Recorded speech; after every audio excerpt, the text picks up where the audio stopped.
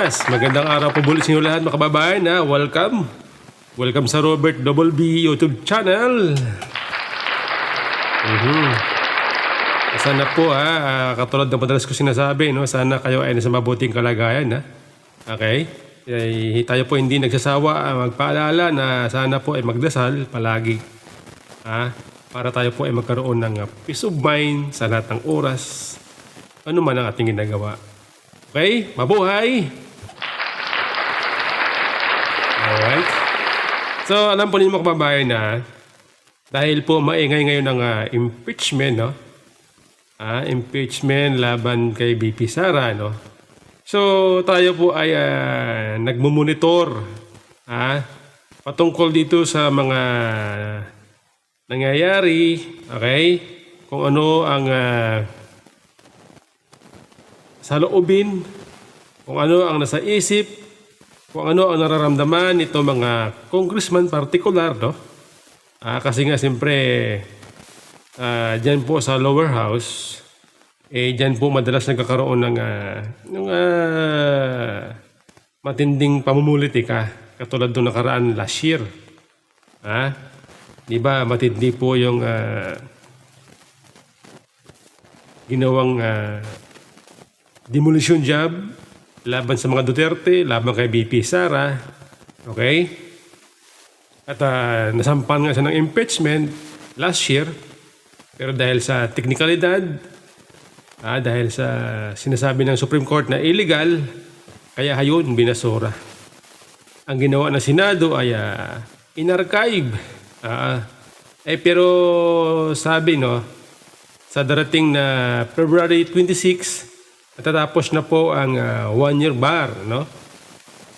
Nitong impeachment laban kay BP Sara. Kaya itong napabalita, itong mga iba't ibang grupo, particular itong mga sinasabi nila mga Bayan Black, mga ibang civil society, plano daw ulit magsampa ng impeachment laban kay BP Sara, okay?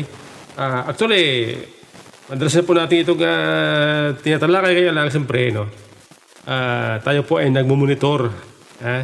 Pinupulsuhan natin itong mga nararamdaman o desisyon, pakiramdam na itong mga congressman. Okay? Para malaman natin kung ito ba lulusot ulit dyan sa kamara. Okay? Ito po mga kababayan na tayo po ay naghanap ng mga komento mula sa ibang congressman na kung saan yung mga congressman na last year ay masyado silang bukal, no? Masyado silang maingay laban kay Pangulong Duterte, kay BP Sara. Okay? Ito po itong si Abante mga kababayan na sabi niya, okay? Sabi niya ito po ay base. Galing po ito sa isang post sa social media, sa Facebook. Sabi niya dito, masyadong malakas si BP Sara para ituloy yung impeachment, sabi ng mga kasamahan ko. Yan daw, nakausap daw niya kanyang mga kasamahan. Masyado raw malakas si BP Sara para ituloy ang impeachment. Ano ibig sabihin yan? Dahil nakita nila na si BP Sara ay hindi natinag ang suporta ng tao sa kabila ng katakot-takot na paninira ang kanyang inabot nakaraang taon, ay hindi po natinag ang pagmamahal, ang tiwala ng taong bayan kay BP Sara. Malamang nakita yan nito mga congressman. Kaya ngayon sa plano na pagsasampa ng panibagong impeachment, nagkaroon po ng agam-agam ito mga congressman. Mahirap talunin si BP Sara. Mahirap banggain si BP Sara sapagkat ang tao ay hindi natitinag ang suporta. Hindi natitinag ang pagtitiwala kay Vice President. Ganoon po ang ibig sabihin niya na sinasabi ni Congressman Bini Abante ng 6th District ng Maynila. Ito pa ang sabi niya, karagdagan sabi ni Abante, meron pa rin mga supporters si BP Sara o si Vice President Sara that will go against the impeachment, sabi ng mga kausap ko. Exercise and futility lang to, wala rin mangyayari. Wala rin daw mangyayari. Yan po yung kanyang kanilang sinasabi. Ayon sa mga nakausap niya na kanyang mga kasamahan, yan daw ang kanilang mga sinasabi. Wala rin mangyayari. Di ba nga, ito dahil nga po sa hindi natinag na suporta ng taong bayan kay BP Sara,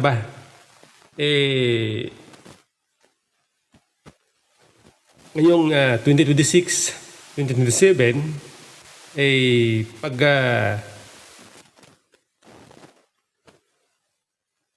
gumawa ulit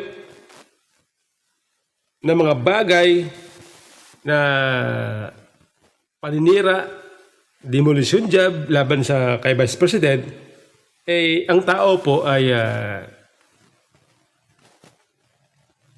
nagmamasid, nag-aaral sa mga sinasabi, pinag-aaralan mga sinasabi nila. Tayo po ganun Ganun po ang ating ginagawa ngayon. Hindi ibig sabihin na nag-hearing sila, sasabihin nila, ito si Sara Duterte, may ginawang anomalya. Hindi po, tayo po yung nag-aaral, pinag-aaralan po natin. Bakit ka ninyo? Ito ang COA Yung COA, sinabi ng COA, wala pong mali doon sa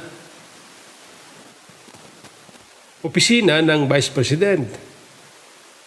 Ang COA po, siya lamang pong agency, government agency, kung saan siya po ay may mandato para i-audit itong mga financial record ng ating mga ahensya ng gobyerno. Sinasabi ng COA, kaya siyempre saan tayo maniniwala? Doon sa agency ng gobyerno na hindi bias o sa mga politiko na may bias. Diba? Siyempre doon tayo sa COA maniniwala, hindi sa mga politiko. Dahil ang mga politiko, mayroon po sila mga kanya-kanyang agenda base sa kanilang interest. Ganun po ang ating basihan diyan. Kaya tayo po hindi natinag sa suporta kay BP Sara. Mga congressman. Kami po ay nag-aaral, kami po ay nagmumuni-muni sa ginagawa ninyo diyan. Sa katunayan, galit pa ang taong bayan sa inyo.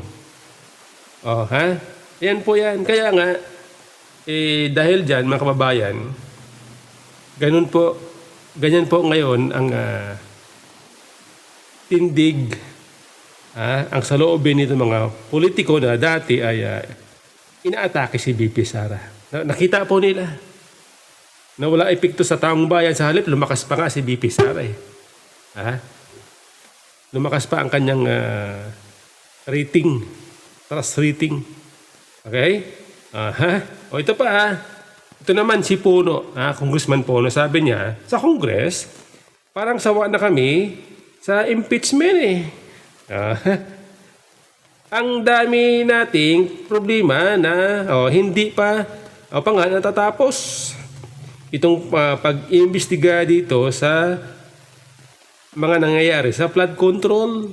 Boto yung 130, wala na yon. Unang-una, yung Supreme Court decision, parang medyo pinahirap na yung ganyan na sistema So, tingin ko, pupunta sa committee. Tsaka kung nandiyan siya sa committee, di pabayaan na lang natin doon. Ang dami na oras na nalagay dyan Kung saan-saan na nakarating yung mga impeachment na yan Tapos ang nakikita natin, siguro, hindi siguro malinaw at hindi gusto ng tao talaga kasi walang dinadatnan At ang dami natin kailangan pag-usapan. Alam mo, pag pumasok tayo sa impeachment, magko-committee hearings yan sa the Committee on Justice, ang daming haka-haka na naman, at mawawala yung isip ng tao sa mga tunay na problema natin. Yung pagandahin natin ang gobyerno natin, gawin natin matino ang ating pamahalaan kung talagang pinagdududahan ng ating mamamayan yan, bawiin natin ang kanilang pagtitiwala, di ba? Tama na tong nagbabangayan, puro politika. na alam naman natin walang pupuntahan, di ba? Kasi yung Senado ngayon sa tingin ko mahirap na may impeach diyan eh. Ano ibig sabihin niyan? Ang tunog. Kung ating i-interpret yan, parang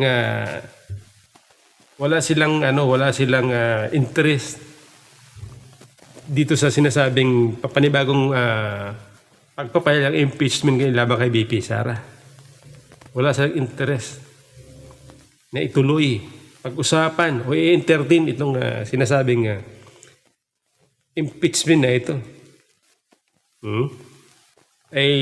Yan po, Lalo, mga kababayan, sa tingin ko, naka-epekto dyan itong mga latest survey sa pagitan ni Bongbong Marcos, ni President Marcos at ni BP Sara. Nilampaso po ni BP Sara ito si BBM. Sa survey, sa Mindanao, sa Visayas, maging sa Luzon. Biruin nyo sa Mindanao, si BBM may negative 97 yata o 94. Si BP Sara positive 96 naman. Sa Visayas, positive 54 si BP Sara, samantala si BBM negative. Sa Luzon, si BP Sara po ay nakakuha ng I think positive 12 yata. Kung hindi ako nagkakamali, mga kababayan. Yan po ay mahalagang reference para itong ating mga politiko, magising sila. Na ang tao, mahal po nila, mahal namin, si Vice President Sara Duterte. Nagtitiwala kami sa kanya. Nagtitiwala kami. Hindi matilag ang aming tiwala. Kahit anong gawin ninyo, paninira, inday-lustay, kung ano-ano. Mayroon pang sasabi, bubu daw. Hindi. Tapos yung nagsasabing bubu, ano bang narating? Ano bang narating sa buhay? Ano ba ang narating na education? Wala naman Kasi sasabihin yung bubu, abogado, tapos ng respiratory,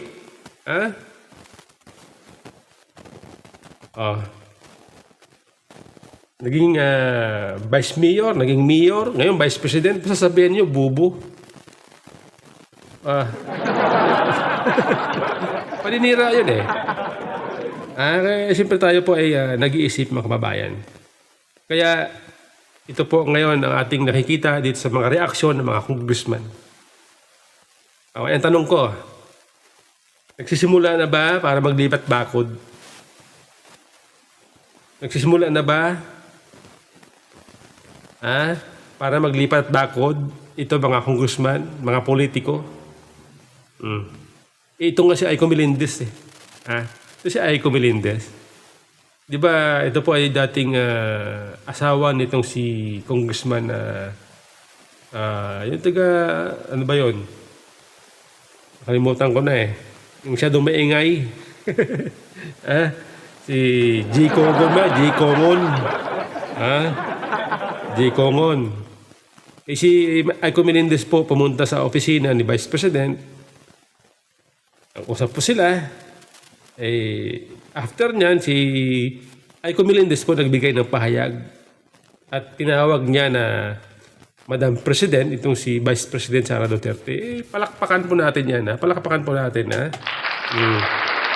Good job, Miss Aiko Melendez. Hindi ka nagbabago. Hindi natilag ang iyong paniniwala.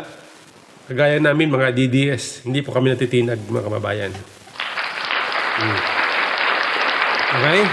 Ito mga kababayan ito kasing Malacanang, particular ito si Fidel Castro, si Pangulong Marcos, meron po silang mga pahayag patungkol dito sa kanilang mga achievement. Ano ba ito? Pakinggan ninyo itong sinasabi ni Unang tanong ko Fidel muna. Castro. Yung bang kapag binanggit ba natin na ito yung survey ng Vice Presidente, ito yung survey ng Presidente, yung isa 56, yung isa 34, pinagkukumpara ba natin yung trabaho nila? Comparative. Sige Kasi nga. hindi mo pwedeng pagkumparahin yung ginagawa ng Vice Presidente sa Presidente. Ang mga ginagawa ngayon ng Pangulo, kung pag nagpapaimbestiga siya at natatamaan ng kanyang mga kabinete, hindi naman magre-reflect to sa Vice Presidente. Magre-reflect din ito sa administrasyon ngayon. So, paano natin maikukumpara? Kung ikinukumpara to, kasi good point. yun yung nangyayari sa Right. taong bayan, Good point. ikinukumpara. Bakit natin Ayan ikukumpara? nga. Yung Ang tao sabi niya- nagtrabaho, yung isa nagbabakasyon. Okay, so yan po yung tanong ha. Yan po ang kanyang tanong. Sabi niya, yun daw bang pagbanggit nitong yung survey ng Vice President at ng survey ng Presidente, yung 56% at 34%, pinagkumpara ba natin ang trabaho nila? Yan po yung kanyang tanong. Alam po niyo yung Attorney Claire na kami, bagamat ako, hindi naman ako na parang na survey, pero ako, ang aking opinion, kung sakali ako'y tanungin ng survey, halimbawa, ako, alam ko ang aking isasagot. Siyempre, ang Vice President, i-rate mo siya sa kanyang trabaho bilang Vice President.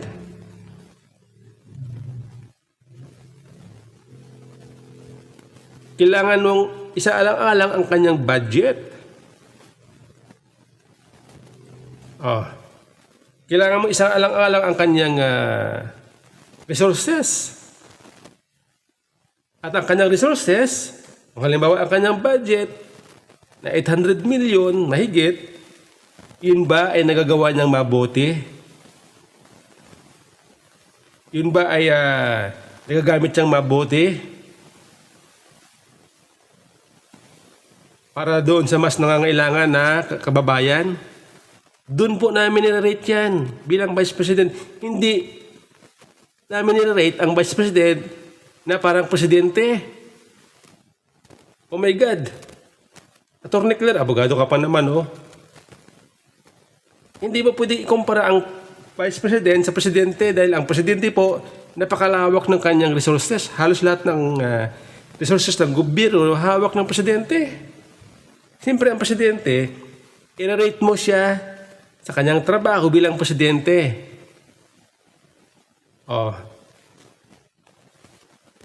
Nagawa ba niyang maayos ang ekonomiya? Nagawa ba niyang maayos ang safety, ang peace and order sa ating bansa? Nabibigyan ba niya ng kalutasan ang kagutuman sa ating bansa? Marami. Attorney Claire. Ang kanyang foreign policy, turismo. Paglaban sa corruption. Napakarami. Napaunlad ba niya ang ekonomiya? Yung mga investor, halimbawa. Marami bang investor na nag-invest sa Pilipinas sa loob ng kanyang termino ng 3 taon, 4 na taon? Marami ba? Diyan po natin siya nire-rate bilang Presidente. Hindi po natin nire-rate, inuulit ko, hindi po natin binibigyan ng, hindi po natin nire-rate ang Vice President bilang Presidente. Hindi po natin nire-rate ang Presidente bilang Vice President. Hindi po natin pinagkukumpara yan. Ano klaseng tanong yan, Attorney Claire? Napakababaw naman ang inyong pagbibigay ng paliwanag. Sabi niya, hindi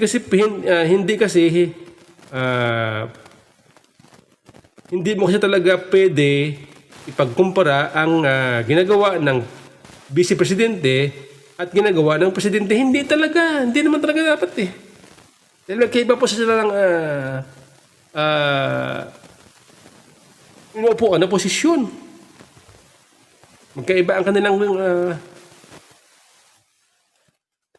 hawak na kapangyarihan.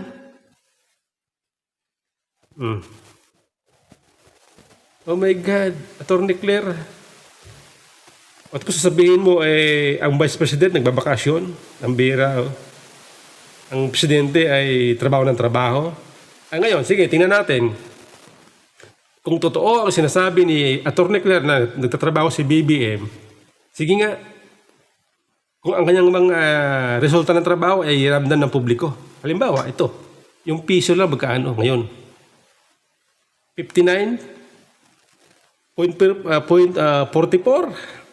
Kunti na lang, 60 na. Oh. Yung investor, ano nangyayari? Bagsak. Yung ating turismo, bagsak. Oh, ang korupsyon, tingnan nyo naman sa panahon niya. Lalong lumala. O sige nga, ang kanyang foreign policy, ano nangyayari? O yan ba ay masasabi mo na ang kanyang trabaho ay ramdam ang resulta, Atty. Claire? Diyan po yan nire-rate ng taong bayan. Kaya siya ay binigyan ng negative na trust rating. Diyan po yan. Ibig sabihin niya, hindi ramdam ng taong bayan ang kanyang trabaho. Kung sinasabi mo nagtatrabaho, si BBM, hindi ramdam ng publiko ang kanyang trabaho. Ang resulta ng kanyang trabaho. Oh. Ang kaguluhan sa politika, political instability, magulo ang Pilipinas. Atty. Claire, peace and order, tiniyan naman, no? Tiniyan mga nire-rape, pinapatay. Ang nang-rape, addict. Oh. Tingnan nyo nangyari sa iba't ibang lugar ngayon, balita. Babae, estudyante, 15 years old, ni-rape, pinatay, pinugutan ng ulo. Oh. Matutuwa ba kami niyan? Yan ba, bibigyan ba namin siya ng mataas na pagtitiwala dahil sa ganyan? Hindi. Mag-isip po kayo, Mr. Atty. Claire Castro, huwag kayo, yung sagot nyo na yan, yung paliwanag nyo, napakababaw. Ang mga Pilipino po ngayon, matatalino na matataas na ang kanilang, malalim na kanilang muni-muni sa mga isyu ngayon. Tapos itong paliwanag ni Atty. Claire Castro, napakababaw. Oh, ito naman si BBM, sabi niya, sana ipagpatuloy ng susunod na administrasyon ang ating nasimulan. O, yan sabi ni Pangulong Marcos. Napaisip ako, sabi ko, ano ba ang nasimulan ni Pangulong Marcos sa loob ng kanyang 4 na taon sa Malacanang? Ano ang nasimulan niya? Inisa-isa ko. Oh. Halimbawa, yung foreign policy. Di ba, dahil sa kanyang foreign policy, na kung dati ay si Pangulong Duterte ay friends to all, enemy no one. Itong si BBM naman, iba. Ang kanyang foreign policy ay close to US at anti-China naman. Dahil nga dyan, nagkaroon po ng mga crackdown, nagkaroon ng hindi magandang relationship sa pagitan ng Pilipinas at ng China. Di ba naman nakaraang taon? Kaya nga nauso yung nung election, nauso yung pag Duterte ka, pro-China ka. Pag BBM ka, pag Marcos ka, anti-China ka. Ganun po yun eh. Pero hindi po hindi po tinanggap ng taong bayan. Hindi po sinuportahan ng taong bayan yung ganung narrative. Hindi po katanggap sa ating mga kababayan ang ganung narrative. Duterte, pro-China, BBM, anti-China. At pro-US naman. Hindi po eh. Kasi sa atin dito, ang ating, ako po halimbawa, ako, personal, kung saan po mas makikinabang ang Pilipinas, uunlad ang Pilipinas, nakakatulong sa Pilipinas, doon po tayo. Kaya ako po naniniwala doon sa foreign policy ng mga Duterte, ni BP Sara, ni Tatay Digong na dapat dialogo. Yung issue dyan sa West Philippines, dapat dialogo. Daanin sa dialogo. Hindi sa bardagulan. Dahil pag bardagulan, tayo po hindi mananalo. Okay sana kung kaya natin lumaban. Hindi eh. Asa tayo sa US. Katulad nyo, no? Ang US. Si Trump, masyadong magulang. Di ba nga inaasahan natin dahil nga si Pangulong Marcos, masyadong close, sip-sip sa US. Sabi nga ng iba, naghihimod-puwit ni Trump. Ito si Pangulong Marcos. Inaasahan natin dahil dyan, inaasahan natin na makakuha man ng pabor ang Pilipinas mula sa Amerika. Ayan ano nangyari. Di ba nga, ang binigay ng US sa atin, 19% tariff doon sa mga selected products ng Pilipinas. Tapos nitong, kailan ba yun, sa Malaysia. Hindi rin nakakuha ng pabor ang Pilipinas. Samantala ibang bansa, nakakuha ng pabor mula sa kay Trump. Ano klaseng kaibigan niya kung ganoon? Kaya nga, ito, kung ang US ay sinasabi na tutulungan tayo sa military, defense, pero ginugulangan naman tayo pagdating sa ekonomiya. Diyan tayo binabawian ng US. Di ba? Ngayon, balik tayo sa sinasabi ni Pangulong Marcos, mga kababayan, na sana daw ipagpatuloy na susunod na administrasyon ang kanyang nasimulan. Ano ba nasimulan niya? Yung nilipat niya ang pondo ng PhilHealth? Kinuha niya ang pondo ng PhilHealth? At ngayon, sabi ng Supreme Court ay illegal, kailangan daw ibalik. At nangako si Pangulong Marcos noong September, ibabalik daw nila. Hanggang ngayon, hindi pa na ibabalik. Yan ba ang kanyang nasimulan? Na dapat ipagpatuloy. Yung pagkuha niya ng pondo ng mga bangko, tulad ng halimbawa, yung Land Bank, yung DBP, tapos yung PDIC. Yun ba ang dapat ipagpatuloy? Itong ginagawa nila na yung mga proyekto na nasabi natin na malalaking proyekto. Flagship project ng nakaraan administrasyon na hindi pinunduhan. Yan ba ang dapat ipagpatuloy, Mr. President? Yung Mindanao Railway, hindi mo pinunduhan eh. Ngayon, nung nakaraan taon, walang pundo. Ngayon ulit, 2026, walang pundo. Yan ba ang dapat ipagpatuloy? Wala kang sa'yo nga sa termino mo. 4 na taon, wala kang ipatayo ang tulay na under sa'yo. Wala. Wala kami nakita na nag-groundbreaking ka, na proyekto mo mismo. Nakikita namin, nag-ribbon cutting ka, nagbubukas ng mga tulay. Ayun, iminana mo sa dating Pangulo. Yun ang nakikita namin, pero yung groundbreaking na project sa ilalim ng yung administrasyon, wala kami nakita, Mr. President. Wala.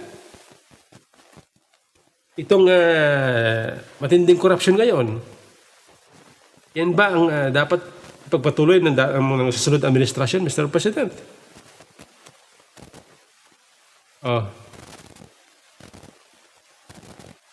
Wala eh.